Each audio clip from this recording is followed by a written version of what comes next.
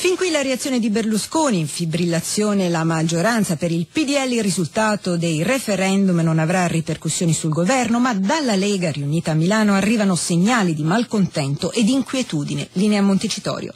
La voce dei cittadini va ascoltata, rifiutando però ogni strumentalizzazione. E questa è la linea di governo e maggioranza, con il segretario politico del PDL Alfano pronto a respingere qualsiasi richiesta di dimissioni del governo avanzata dall'opposizione. E anche il vicepresidente della Camera Lupi fa sapere che il PDL si atterrà rigorosamente a quanto stabilito dai referendum, senza contemplare altre conseguenze politiche. I cittadini italiani non vogliono energia nucleare, bisognerà studiare, come è dato a chi governa, un piano alternativo rispetto al tema energetico italiano, anche con i relativi costi. Col passare delle ore affiora però l'insofferenza della Lega. Il ministro Calderoli parla di seconda sberla dopo quella delle amministrative e auspica un cambio di passo nella verifica di governo di fine giugno. Intanto il governatore del Veneto Zaia ricorda di avere votato 4 sì, non per dare una spallata al governo, ma per stare vicino ai bisogni dei cittadini. Prima di tutto vengono i cittadini, viene il Nord. I cittadini che si sono espressi hanno anche diritto a delle risposte sul nucleare e sull'acqua. Per il sindaco di Roma Alemanno sarebbe un errore minimizzare questo risultato, mentre il centrodestra afferma dovrebbe trarre dai risultati indicazioni precise sulla propria rotta politica. Gavino Moretti per il GR2.